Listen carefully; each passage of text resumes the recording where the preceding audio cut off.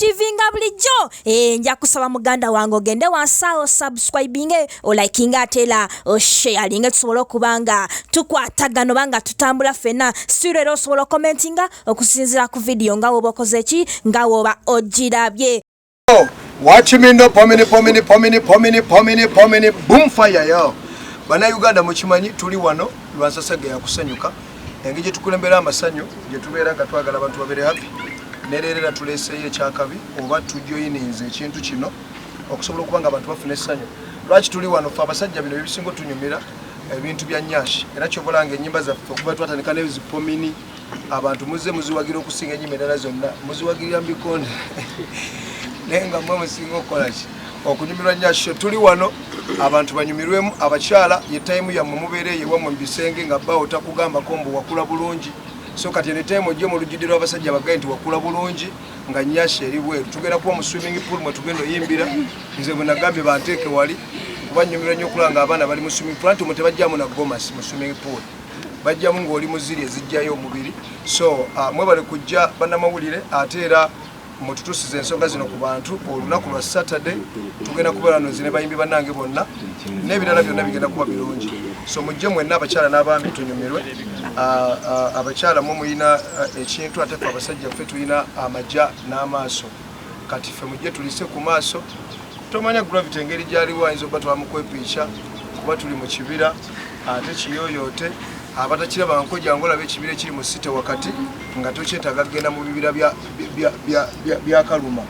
olina kujja wano so nze mbayita mwenna mujje ate mumanyi kigenda kuba kijju opiira si bya bupiira pozi nabajjena nti n'emipiira gy'omu mazzi n'okusamba naye nga gavumenti y'obulamu yabannyonnyola engeri gye bali nti tebawummuza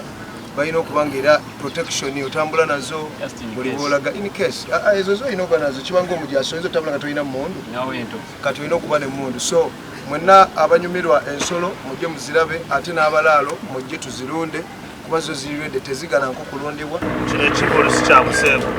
kitegeera just kunyumirwa n'okuhavinga fun nga Bafana bagambye waliwo empaka za Miss Uganda ez'abasitula obuzito bodybuilding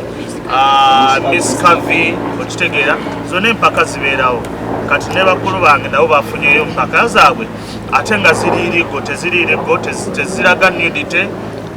temulimu buseegu oba ekintu kyonna kitegeera so Mr. Nimrod yes tulina ennyimba nyingi ezifulumye nga tayito yazo eriko ekigambo Nyash.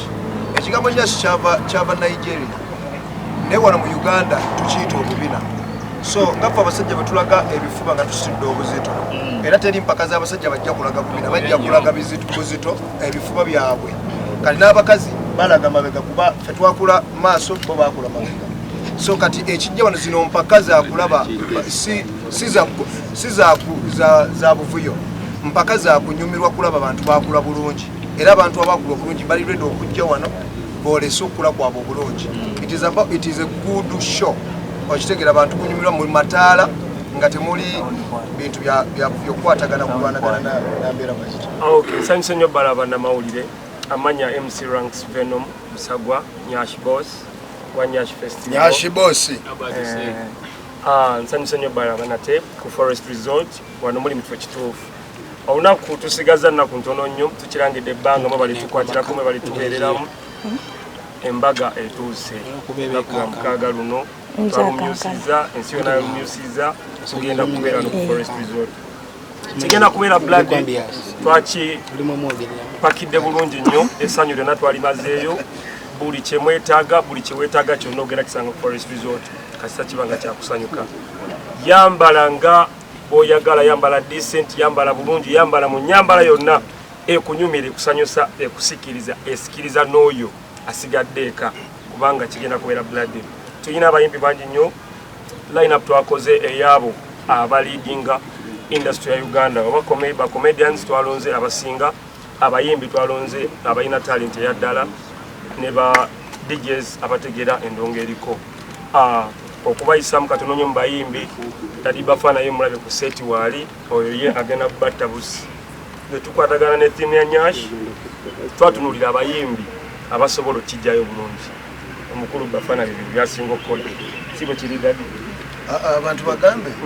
ffe twaintroducinga Nyash mu bantu bwe tukuba pomini kuba kunyenga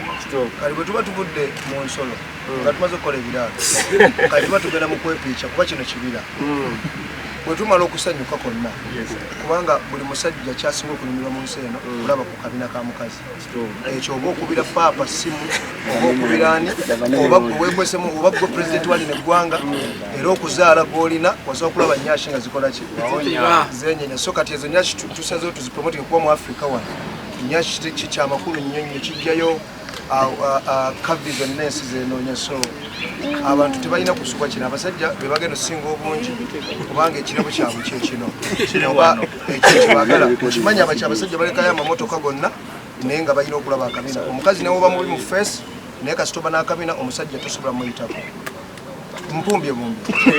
bamukongerezaako abayimbi line-up nene nnyo nga nagambye Bafana wali tulina Shakira Carol Kasita Gravity Omutuju King Saha tulinako Vairota Katalean Kando n'abalala bangi nnyo besobola kumenya saawa eno naye just no kigenda kubeera kiri action packed kiri fully packed bacomedians tulinako Mariachi tulinako Mary Hart Tumbetu ate ba DJs bo bamazeyo umazi mbazira tonde bali yafunyemu ku buzibu naye yaŋŋambye alina okuwona okusinziira ngeri Nyash gyagiwuliramu ateeka okuwona ku lwa Nyash era yaŋŋambye waali so nga babe ekinyanya bajje mu Nyash okuyingira nkikatiriza tutuukeko okuyingira mitwalo 2 ordinary VIP mitwalo 5 table ya mitwalo 5 tulinamu ne ba VVIP millions 2 mujje tweyagale tuyinawo pool party tugenda kuwuga ekifo kinene nnyo kirina swimming pool 3 tuyinawo dancing in the forest tuli ku forest resort Lweza wano ekibira ekyasinze okuba n'eddembe mujje tweyagale mujje tukube party tivo egenda okubeerawo Saturday eno yennyini wano wennyini mu kifo we tuli Forest Park Lweza Forest Resort Lweza Saturday eno Nyash Festival n'ekivulu ono bamuyita MC Ranks be bataddemu ssente mu kino ekivulu alongside #1 dancehall artist Uganda Ziza Bafana. Olwaleero actually enaku ziweddeyo kyembadde nga mulinda ndowooza kakati ke kaseera mutegeere Keva yaani banamawulire bannaffe mwenna abali wano njagala mutegeeze eggwanga nti bw'oba wadde oli eyo nga weyita kibanda jyamu ku Lwomukaaga 19 olabeko okkiriza oba obisigalamu oba nedda.